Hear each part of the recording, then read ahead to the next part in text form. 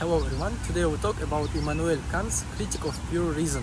My name is Ardor and let's start with introduction to Kant's epistemology and the difference between a priori and posteriori knowledge. So Kant was really interested in understanding how we can have knowledge about the world.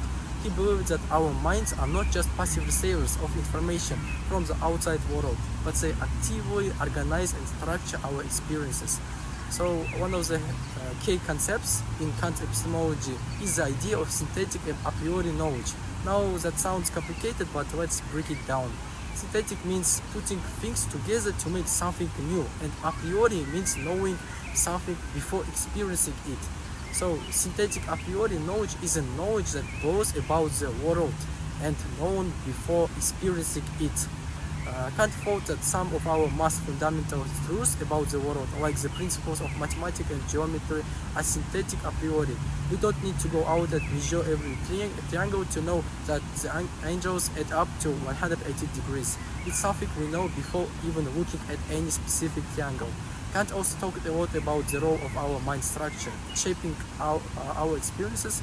He argued that our minds impose certain categories and concepts onto the raw data of our sense to make sense of the world. These categories, like space and time, are not things we learn from experience, but they are part of the framework through which we interpret our experiences.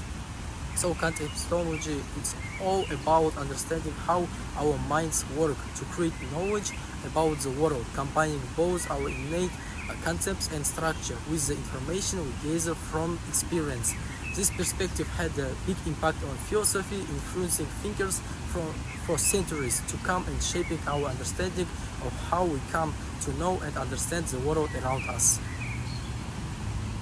Immanuel Kant, a philosopher from the past, had some interesting thoughts about how we know things. He talked about two types of knowledge, a priori and a posteriori. A priori knowledge is stuff we know without experiencing it directly. It's like knowing 1 plus 1 equals 2, without needing to see two things together. A posteriori knowledge, on the other hand, comes from our experiences. For example, you know that fire is hot because we have felt it. Kant was really interested in how we can know things that aren't based on our experiences. He called these ideas synthetic a priori judgments. They are like puzzles we figure out without needing to see them in real life. For instance, we know that every event has a cause, even though we haven't seen every single event happen. But Kant's ideas sometimes get a bit complicated. He talks about how some ideas are necessary, meaning that they have to be true, like math. He also talks about ideas being universal, which means they apply to everything. Overall, Kant's ideas make us think about how we know things and what makes something true or certain.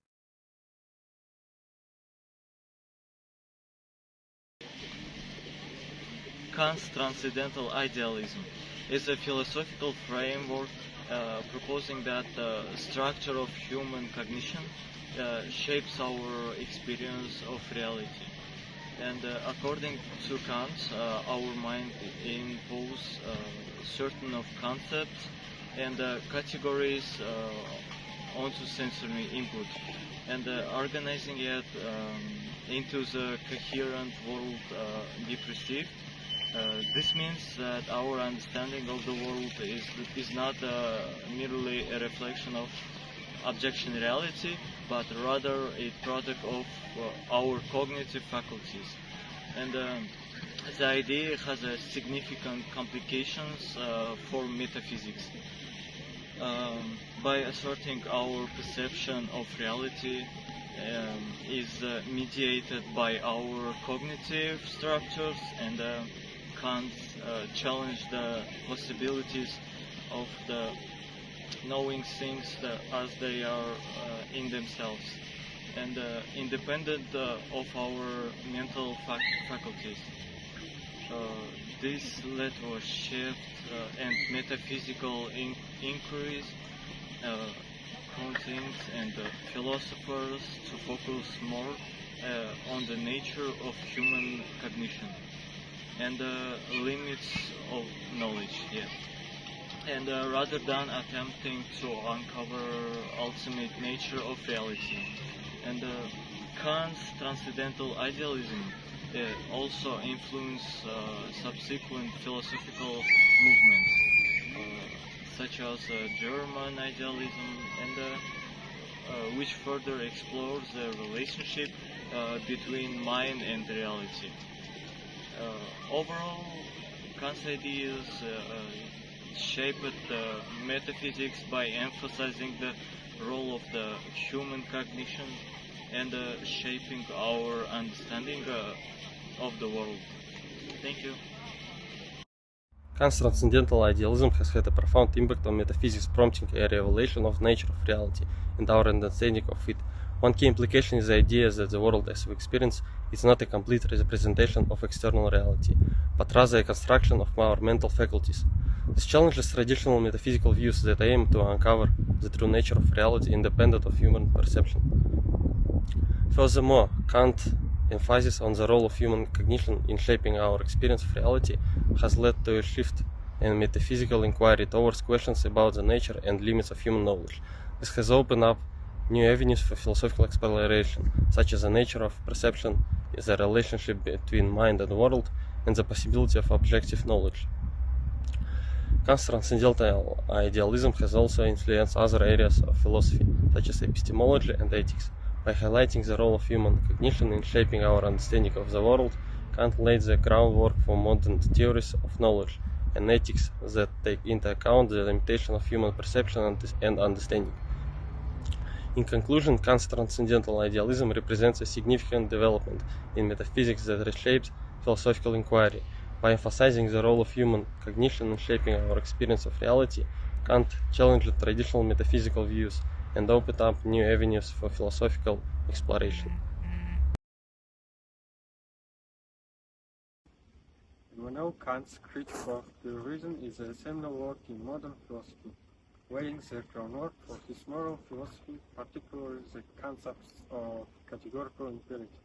Kant's moral philosophy is grounded in the idea of rational autonomy, emphasizing the importance of reason and universal principles in ethical decision-making.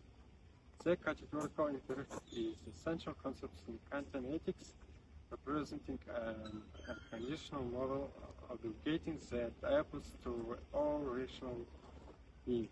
Kant formulates it in various ways, but one of the most famous formulations is act only according to that maxim, whereby you can at the same time rule that it should become a universal law.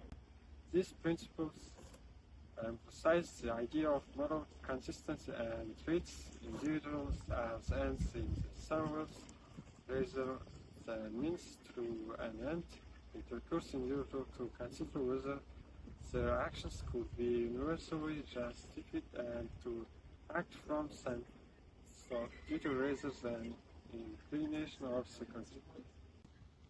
Kant's moral philosophy, with its emphasis on rationality, autonomy, and universality or moral principles, continue to be influential in contemporary ethical debates. It provides a framework for ethical decision-making that proportions the deed and words of individual while emphasizing the importance of rational reflection and moral. In summary, Immanuel Kant's ideas have had a profound impact on philosophy, and he introduced the concept synthetic a priori knowledge. We started that we can know things about the world without directly experiencing them. And Kant also proposed transcendental idealism, urging that our perception of reality is shaped by the structure of our minds. This challenged traditional views of objective reality and led to a revolution of how we understand the world around us.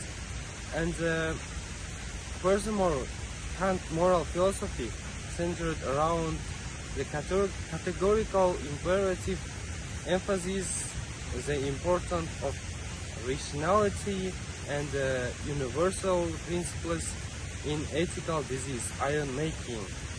By treating individuals as ends in themselves, Kant highlights the inherent dignity and the worth of each person, offering a framework for moral behavior that transcends cultural and societal differences.